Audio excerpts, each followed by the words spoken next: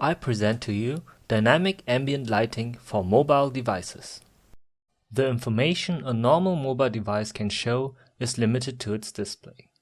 With dynamic ambient lighting, the device has now a new way to show additional information to the user. In this example, an Android application I developed called Public Transportation Locator, the ambient lighting helps the user to locate nearby public transportation stations. Take this blue spot, for example. It represents a subway station in the direction of the light. Purple spots are bus stations, so as there are two spots on the left, I know I can expect two bus stations there. When I scroll the stations off screen, you can see how the lights start to appear. There's also a purple spot to the right, so there has to be a bus station there too. As the spot still hasn't disappeared, I know I can find another station to the right. You can see the helping effect of the ambient lighting even better when you're zoomed in. Here I try to navigate the bus stations to the left again.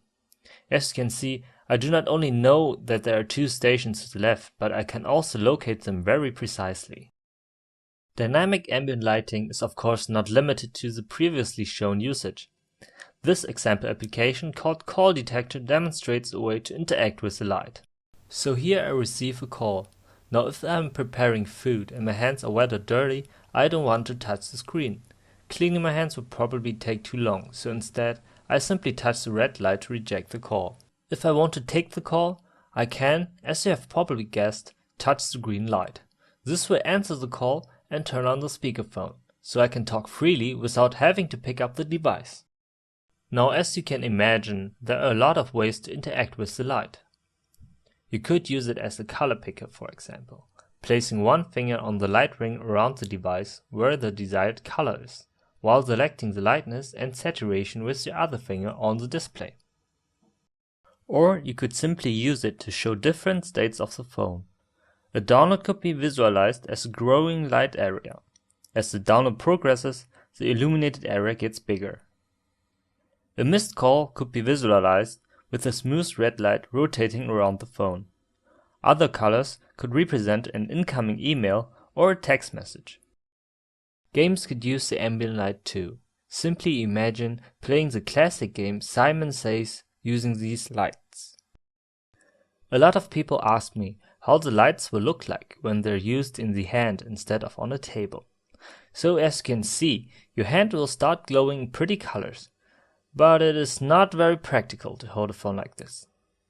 When you hold the phone very firmly, you can see that almost no light will pass through your hand.